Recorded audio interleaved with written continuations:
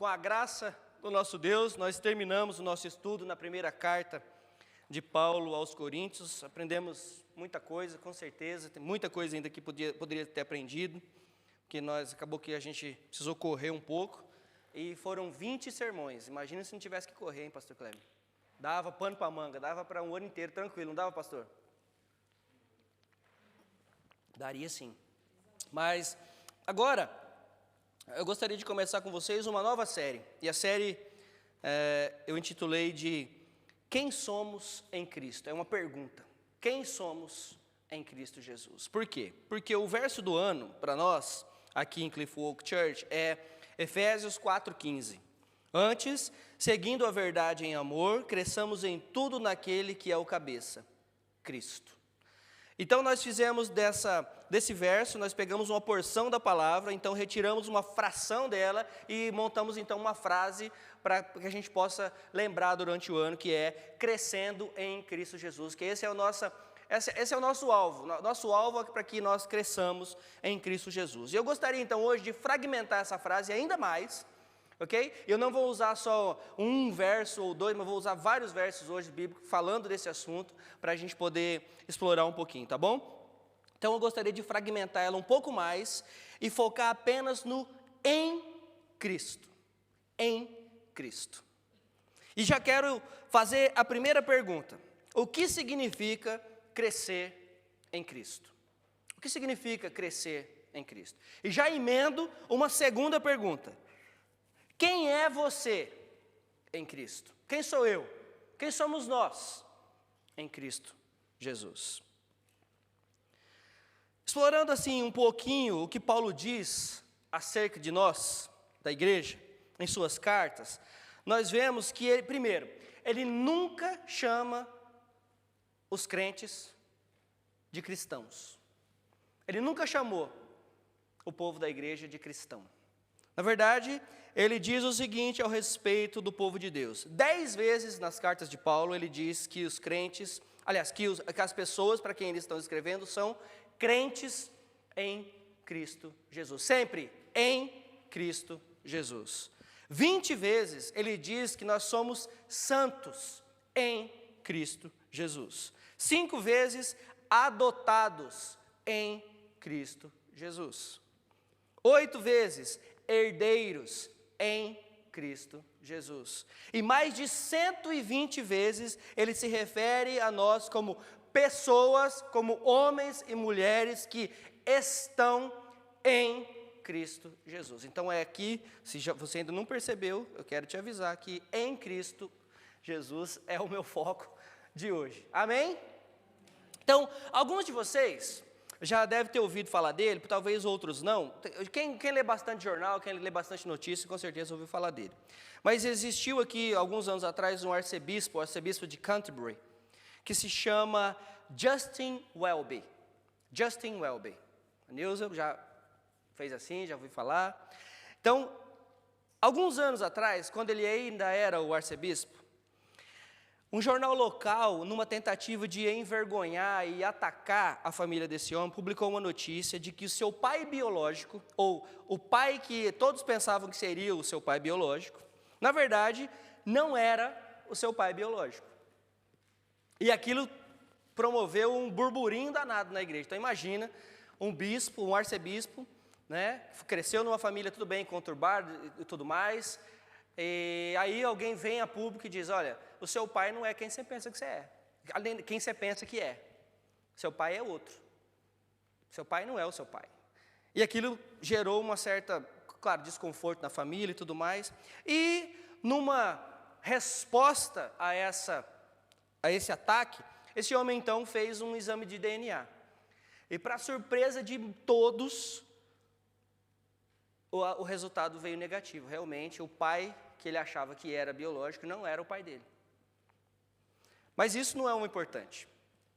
O importante foi o que ele disse, a declaração que ele deu depois disso tudo. Ele disse o seguinte: não existe nenhum tipo de ressentimento contra ninguém.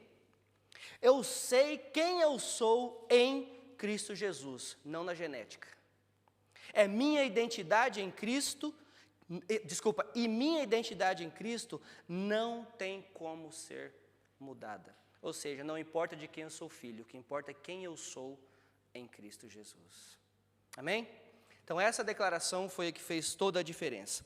Então, para que nós possamos entender o que significa crescer em Cristo, precisamos entender ou relembrar quem somos em Cristo. Porque parece que nós queremos crescer, parece que nós queremos servir, parece que nós queremos evangelizar, parece que nós queremos muita coisa, mas parece que nós esquecemos de quem nós somos em Cristo. Porque o quem nós somos é que vai fazer toda a diferença quando nós evangelizamos. Quem nós somos é quem vai fazer toda a diferença quando nós servimos. Quem nós somos é que vai fazer toda a diferença na nossa vida cotidiana. Então parece que nós, às vezes, o que eu tenho visto, parece que nós dividimos essas duas vidas. Quem nós somos e o que eu faço.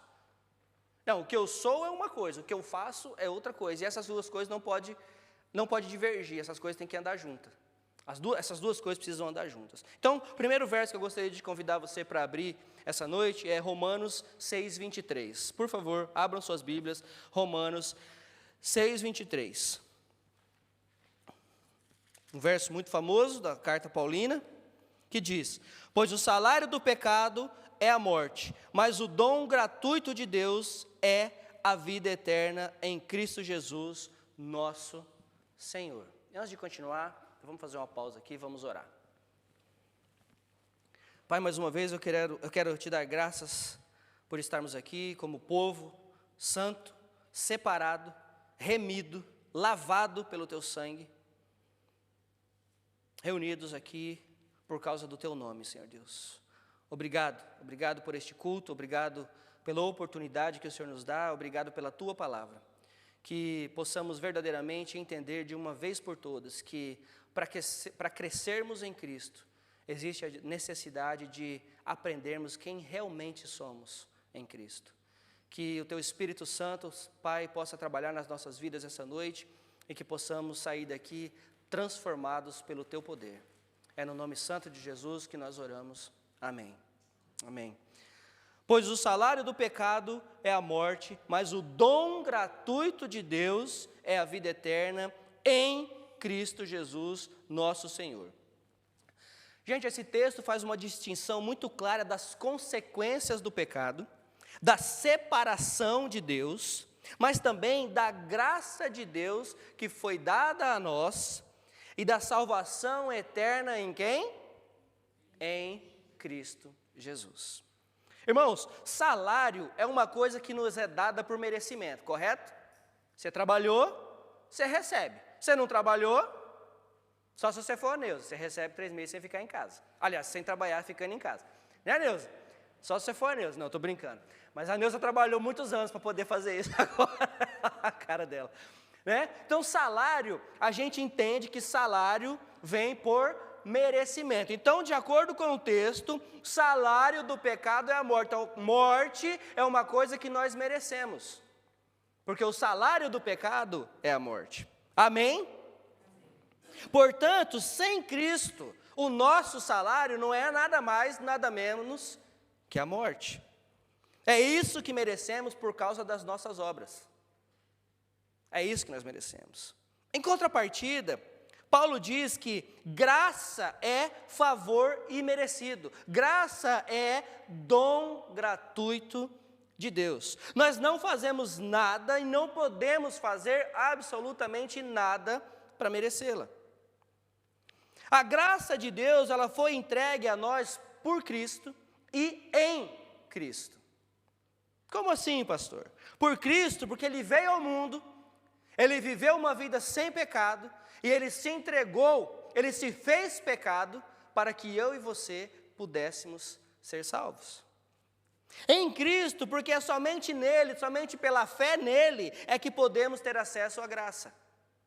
É somente por Ele e pela fé nele. Então tudo, absolutamente tudo, começa, passa pelo meio e termina com Cristo e em Cristo.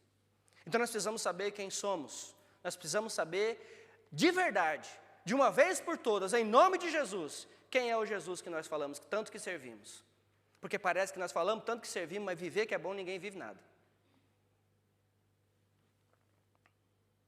1 Timóteo 2,5 diz: não há um só mediador entre Deus e os homens, o homem Cristo Jesus, o qual se entregou a si mesmo como resgate por todos. Este foi o testemunho dado em seu próprio tempo. Não existe nenhum sequer outro mediador entre Deus e o homem, a não ser Cristo Jesus. É nele. Então, em Cristo entendemos agora que sem Cristo, nosso salário seria a morte, mas por causa de Cristo nós recebemos graça, e por causa de Cristo essa graça nos dá vida, e vida eterna. Então nós entendemos que nós somos salvos e remidos, revestidos pela graça, não mais separados, agora trazidos para perto. Deus agora nos aceita, Deus não vira mais suas costas para nós, pecadores, por quê? Por causa de Cristo. Porque Cristo se fez pecado, Cristo tomou o meu e o seu lugar, Cristo se fez condenação para que eu e você tivesse sido absolvidos. Porque era o que nós merecíamos, morte, mas Ele morreu em nosso favor. É Ele quem intercede por nós. Deus agora, quando olha para mim, quando olha para o pastor Kleber, quando olha para o Marcos, quando olha para a Adriana, Ele não vê mais o pastor Leandro, o pastor Kleber, o Marcos ou a Adriana. Ele enxerga a imagem do seu filho, homem perfeito, cordeiro imaculado, sem pecado. É Ele quem enxerga. Porque se Ele enxergasse a mim e a você, nós receberíamos o salário que nos é merecido. Amém? O homem perfeito e sem pecado. Portanto, Romanos 6:11 diz: da mesma forma, considerem-se mortos para o pecado, mas vivos para Deus em Cristo Jesus. Considerem-se mortos para o pecado, mas vivos em Cristo Jesus. Esse verbo considerar, ele é usado 41 vezes no Novo Testamento. Ele quer dizer, leve em conta, estime, calcule, reflita, considere, veja, pense. Tudo o que Deus fez por nós em Cristo Jesus. Pense nessas coisas. Uma vez que estamos em Cristo, aquela nossa natureza pecaminosa, digna de morte, morreu. Ela morreu. O velho homem, inclinado ao pecado, sem medo ou sem preocupação das consequências do pecado, esse morreu e foi sepultado. Já não mais vive. Amém, irmãos? Isso é o que nós somos em Cristo Jesus. Vivos. Todavia, nós não podemos confundir as coisas. Nós não estamos ou não nos tornamos insensíveis ao pecado, correto? Isso quer dizer que, não que o pecado não se faz mais presente, mas ele não mais nos domina. O pecado se faz presente, o pecado está aí, mas ele não mais nos domina, porque quem é que me domina? Quem é que vive em nós agora? É o Espírito Santo de Deus. E é Ele quem nos convence do pecado. E é Ele quem nos afasta do pecado. Se dermos ouvido a Ele. Antes, eu não conseguia resistir ao pecado. Você conseguia? Hoje na mesa, a gente conversando no almoço, a Mari virou para mim, a gente falando de mentira, e falando inclusive de céu e inferno. Samuel tem 5, 6 e a Mariana tem 8. Falando de céu e inferno. Eles começaram a conversa, né? E a gente falando dessas coisas. E aí a gente falou de mentira, e a Mari falou assim, eu nunca menti. Aí eu falei assim, pois é, se não fosse Cristo, você acabou de ir para o inferno agora. Acabou de mentir. Eu já vi você mentindo, como é que você nunca mentiu? Já mentiu sim. E é por aí, irmãos. É por aí a conversa. Você vê que lá em casa a teologia é bruta. Já falaram até que Quando vai para o céu, como é que é, se vai ter doce lá, se vai encontrar o tio Rosemar. O tio Rosemar vai dar doce para eles. Você vê, a gente tem que ensinar, irmãos. Tem que ensinar. Então, antes eu não conseguia resistir ao pecado, mas agora, por causa de Cristo, eu tenho condições de renunciá-lo. Eu renuncio o pecar, irmãos, você tem condições de renunciar, você tem condições de se afastar, você tem condições de virar as costas para o pecado, você tem condições de resistir ao diabo, e quando você resistir ao diabo com Cristo Jesus, o que ele faz? Ele foge de vós, ele foge de vós. Irmãos, então nós não podemos flertar com o pecado, nós temos que parar de flertar com coisas que nos levam a pecar. Nós temos que de uma vez por todas aprendermos a orar e a orar efetivamente, orar especificamente. Nós precisamos aprender a orar, o pastor falou sobre isso semana passada. Sabe por que muitas vezes nossas orações não são atendidas? Por quê, pastor? Porque nós não sabemos orar, porque nós não oramos da maneira que tem que ser orado. Hoje nós temos em Cristo condições de renunciar ao pecado, porque aquela pessoa que amava pecar antes de Cristo, ela morreu, ela está morta. E a outra pessoa que ama a Cristo, essa está viva, amém? Essa está viva, ela ressuscitou com Ele, ela morreu com Ele para o pecado e ressuscitou com Ele para a glória, para não mais pecar, para resistir. Por isso, não temos mérito nenhum, absolutamente nenhum nessa história toda. O mérito é todo de Cristo. Ele nos salvou da morte. Ele é quem nos mantém vivos, longe do pecado e sensíveis aos perigos que nos rodeiam. O mérito é todo dele. Se você não se sente assim, essa noite, eu te convido, faça uma reflexão. Reflita a esse respeito. Se você não sente que você é morto para o pecado e vivo em Cristo Jesus, se você não entende isso, eu te convido a fazer uma reflexão. Reflita a esse respeito. Ore a esse respeito. Estar vivo para Deus implica, irmãos, em uma fé autêntica, cautelosa e persistente. Autêntica, porque nós precisamos saber realmente em quem nós temos crido. Nós precisamos realmente entender o seu trabalho na cruz do Calvário por nós. Nós precisamos entender o porquê é que ele veio a este mundo. Autêntica, tem que ter autenticidade na nossa fé. Nós não precisamos brincar de ser crentes. Nós precisamos ser crentes autênticos. Eu falei isso domingo passado, quando eu estava pregando aqui de manhã. Deus, Ele não quer uma igreja cheia de gente. Sabia? Deus quer uma igreja cheia de crente. Deus quer uma igreja cheia de crente. E se quanto mais gente tiver, mais crente tiver, amém, melhor. Mas Deus não está à procura de gente, nesse sentido numérico. Deus está à procura de crente. De verdadeiros, o quê? Adoradores. Quem adora de verdade é crente. Quem não é crente não adora de verdade. Não adora de verdade. Então, se você não se sente assim essa noite, reflita. Estar vivo, então, implica fé autêntica, fé cautelosa. Por quê? Porque não podemos baixar a guarda, devemos orar e vigiar. Ou melhor, devemos vigiar e orar. O tempo todo. E persistente. Por quê? Porque devemos lutar até o fim, sem esmorecer. Lutar o bom combate e guardar a fé. Autêntica, cautelosa e persistente. Romanos 8.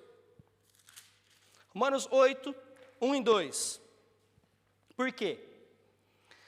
Portanto, agora já não há condenação para os que estão em Cristo Jesus, porque por meio de Cristo Jesus, a lei do Espírito de vida me libertou da lei do pecado e da morte. Condenação. Condenação aqui tem sentido, tem conotação de culpa. Quando o réu é considerado culpado, ele é condenado. Se o réu é culpado inocente, ele é então liberto. Aqui, a culpa, a condenação, ela implica culpa. Paulo diz que em Cristo, por causa de Cristo, não há mais condenação para nós. Ele descarta totalmente a religiosidade, irmãos. Porque a religiosidade escraviza e condena. Por quê? Porque a religiosidade é baseada na lei e não na graça. Os religiosos de plantão, eles baseiam a sua fé na lei e não na graça.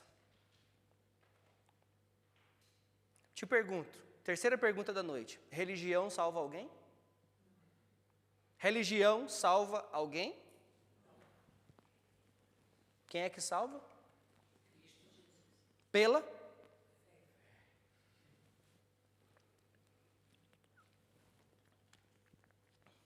Por mais justa e boa que seja a lei, ela não salva e nem justifica.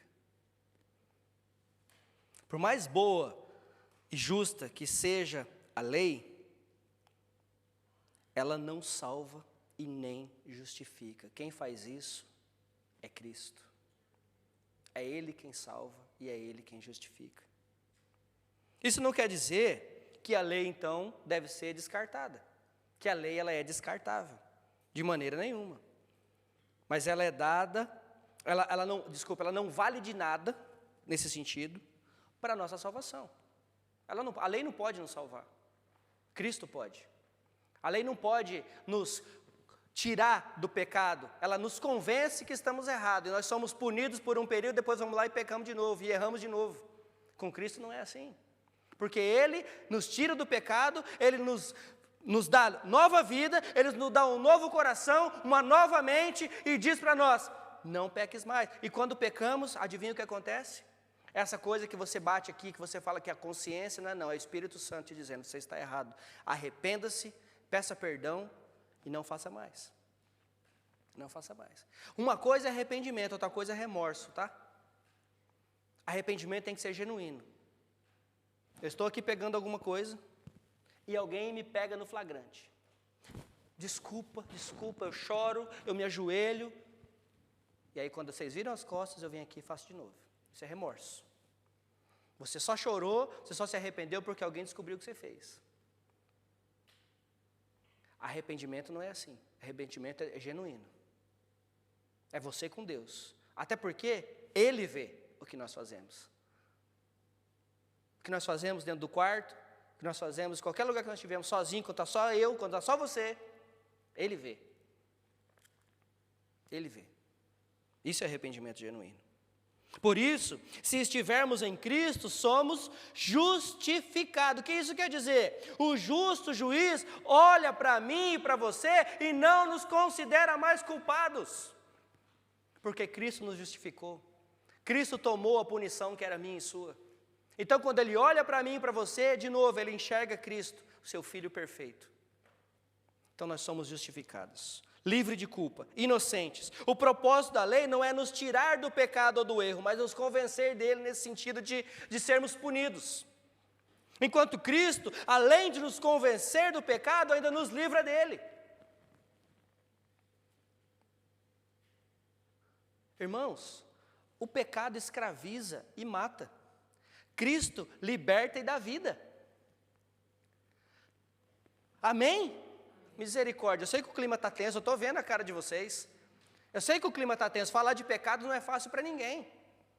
Antes de pregar para você, eu tive que pregar para mim, a semana inteirinha, tá? Vocês só me ouvem 40, 45 minutos, eu me ouvi a semana inteira. Porque eu tive que pregar para mim. Falar de pecado não é fácil e não é brincadeira. Falar de pecado é coisa séria, porque pecado mata. Pecado é pior que Covid, pecado é pior que guerra, porque o pecado te leva para a morte eterna. Mas Cristo te dá vida, Cristo nos liberta, Ele é quem faz isso. Porque se não fosse assim, se fosse só pela lei, se fosse só religiosidade, não existiria sentido nenhum, razão nenhuma de Cristo ter morrido, concordam comigo? Seria então pelas nossas obras, pelo que nós fazemos de bom. Mas não somos justificados por nossas obras, mas é pela fé na obra de Cristo Jesus. É pela fé na obra dele, não é pela minha nem pela sua. Não foi exatamente isso que Martinho Lutero rebateu durante a reforma? Foi, pastor? Fala com o pastor Kleber depois, menino reformado.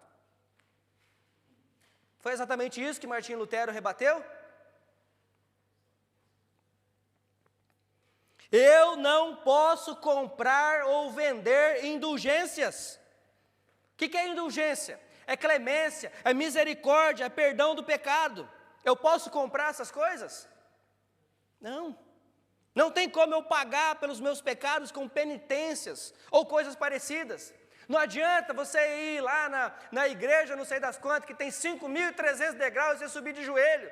Sabe o que vai acontecer quando você chegar lá em cima? Seu joelho vai estar ralado. Só. Porque se você crê que os seus pecados são perdoados porque você fez essa penitência e não pela obra que Cristo fez na cruz do Calvário, isso é em vão. Se você quer subir de joelho em adoração ao Senhor e chegar lá em cima em reconhecimento que Cristo é que fez a obra, amém. Mas se for para pagar penitência, compra uma joelheira que é melhor. Porque não faz sentido. Peregrinação. Anda não sei quantas milhas, não sei quantos quilômetros. É bom para a sua saúde, é bom para o cardio. Bom para fortalecer as pernas, fortalecer a coluna, a respiração. Mas para pagar pecado, não. Para pagar pecado, não. Para ser perdoado de pecado, não. Sabe por quê, irmãos? Porque quem é que perdoa? É Cristo. Quem é que fez a obra? Foi Cristo. Então, se eu achar que pela minha penitência, por eu comprar indulgências, eu estou ganhando alguma coisa, pelo contrário, eu estou perdendo.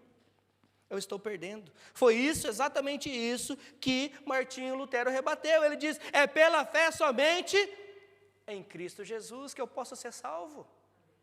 É pela fé somente. E o que pode então nos separar de Cristo, irmãos? Romanos 8:38. Romanos 8:38. Pois estou convencido de que nem morte nem vida, nem anjos nem demônios, nem o presente nem o futuro, nem quaisquer poderes, nem altura nem profundidade, nem qualquer outra coisa na criação será capaz de nos separar do amor de Deus que está em Cristo Jesus, o nosso Senhor. Assim como Paulo, meus irmãos, existe a necessidade de termos a convicção que nada, absolutamente nada, pode nos separar do amor de Deus que está em Cristo Jesus. Sabe por que nada nos separa? Porque o amor de Deus por nós está em Cristo. O amor de Deus por nós não está baseado em nós, está baseado nele mesmo e em Cristo Jesus. O amor de Deus por nós não está baseado na minha obra, está baseado na obra de Cristo. O amor de Deus não está baseado no que eu faço, mas está baseado no que Cristo fez. Por isso nada, absolutamente nada pode nos separar do amor de Cristo. O amor de Deus está em Cristo e nós estamos firmados em Cristo. Em Cristo. Nada, nem morte, nem os percalços da vida. E eu não estou dizendo que nós não vamos ficar tristes. Eu não estou dizendo que nós não vamos passar necessidade. Eu não estou dizendo que nós vamos ficar preocupados. Não é isso que eu estou dizendo. Mas que essas coisas não vão nos tirar da presença do nosso Salvador. Essas coisas não vão nos tirar. Por quê? Porque a nossa fé está nele e somente nele. Somente nele. A morte, desculpe, antes disso, a vida, eu estou dizendo, essa nossa vida, ela tem separado muitos do amor de Cristo. Por quê?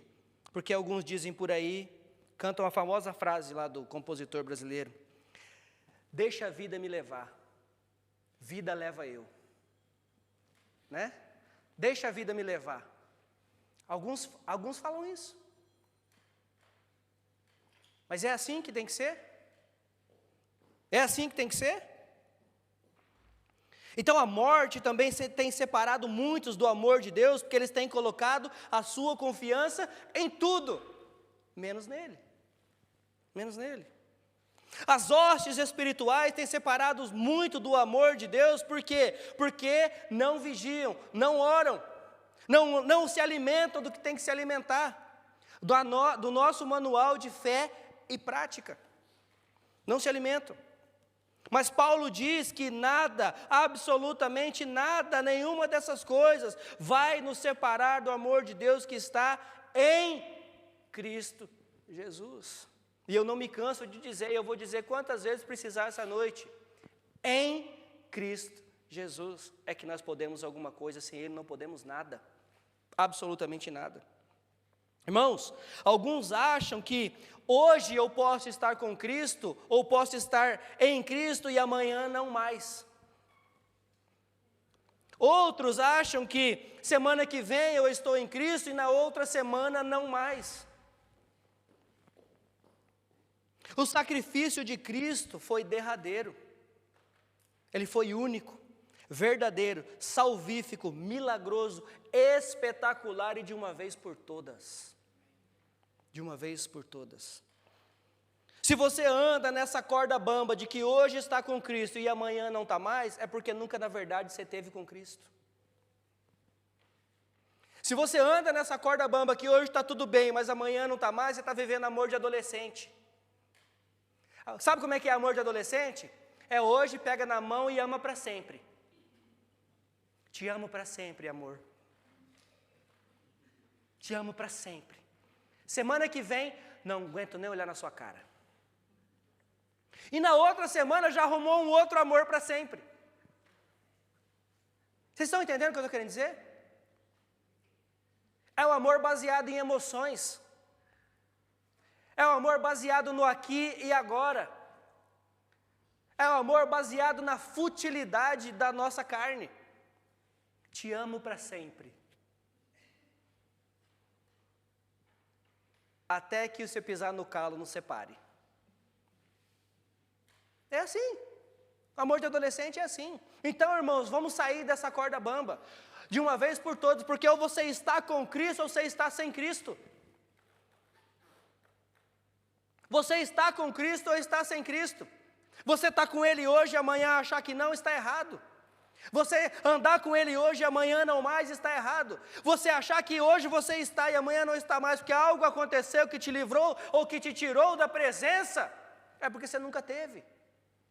A verdade é essa. A verdade é essa. E de novo, eu não estou dizendo que você não vai ficar preocupado, eu não estou dizendo que você não vai ficar triste, eu não estou dizendo que você não vai ficar desanimado, eu não estou dizendo nada dessas coisas, porque essas coisas eu também fico, eu sou normal, eu sou homem, igualzinho vocês, eu tenho carne, eu tenho sangue, eu tenho coração, eu tenho mente, eu tenho sentimentos, apesar da minha esposa achar o contrário, mas eu sinto, viu? Mas nada dessas coisas pode nos separar do amor de Deus que está em Cristo Jesus. Nada.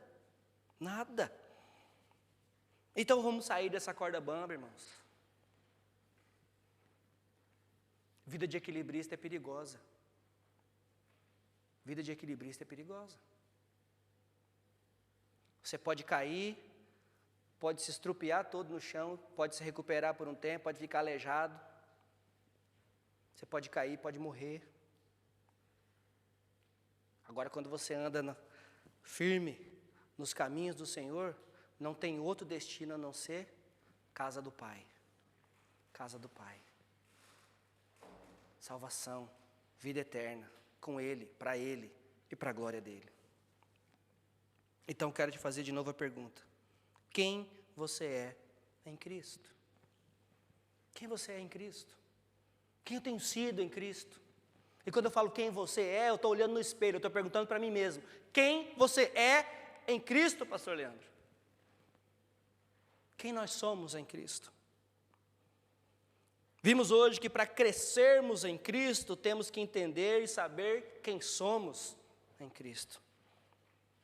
Quem temos sido em Cristo. Onde temos depositado nossa confiança, energia, serviço, fé? Onde temos depositado? Olha o que Romanos 6 diz, depois de Paulo falar de graça abundante.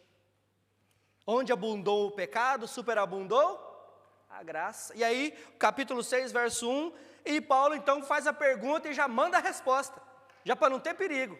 Que diremos então? Continuaremos pecando para que a graça aumente? De maneira nenhuma. Nós, os que morremos para o pecado, como podemos continuar vivendo nele? Como podemos continuar vivendo nele se nós falamos que morremos para o pecado quando estamos em Cristo, com Cristo? Como?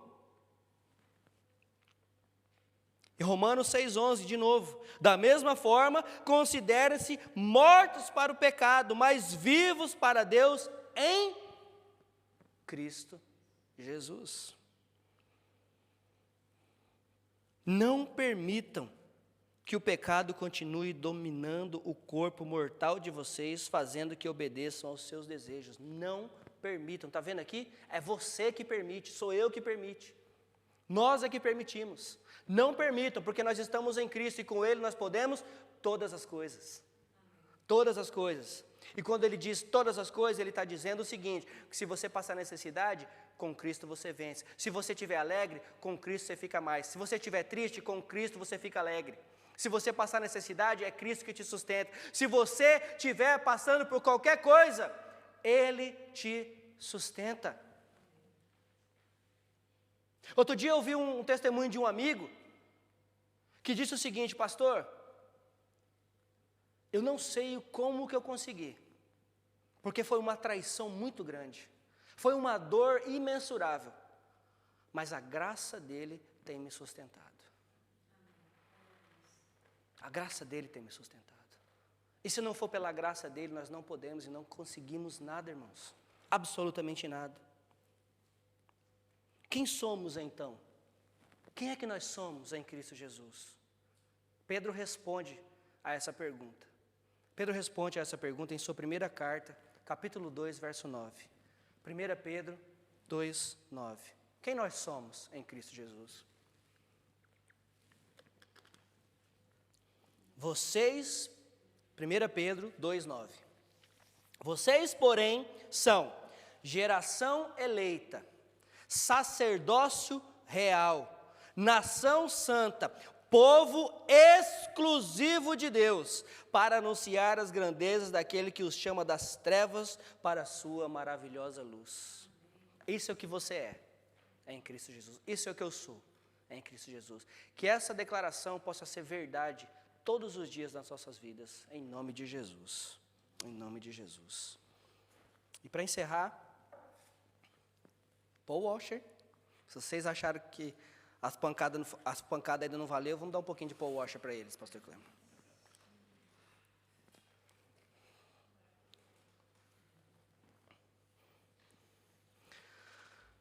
Uma das características do verdadeiro cristão como indivíduo e da igreja invisível, coletiva, é o seu conhecimento de Deus e a sua resposta a Ele. Todos os cristãos, embora todos os cristãos tenham necessidade de discipulado e a obra da santificação nunca seja completamente realizada na presente vida, haverá notável diferença no conhecimento de Deus que o verdadeiro cristão possui, bem como a sua submissão a esse conhecimento. Essa diferença será evidente até mesmo no convertido mais recente. Em virtude do seu coração regenerado e da habitação do Espírito Santo, ele terá um conhecimento certo, definido, de quem Deus é e do que a sua lei requer. Reconhecerá o erro do pecado e o acerto da obediência. Ninguém terá de lhe falar para não mentir, não roubar, não adulterar ou tomar em pouca conta o nome do seu Salvador. Ele terá conhecimento dessas coisas e aumentará nele, porque o Deus que começou nele uma boa obra continuará a aperfeiçoá-la até o dia de Cristo Jesus. Concluindo, temos que nos perguntar essas questões. Existem evidências de que fomos ensinados por Ele? Ou somos ignorantes quanto aos rudimentos da nossa fé?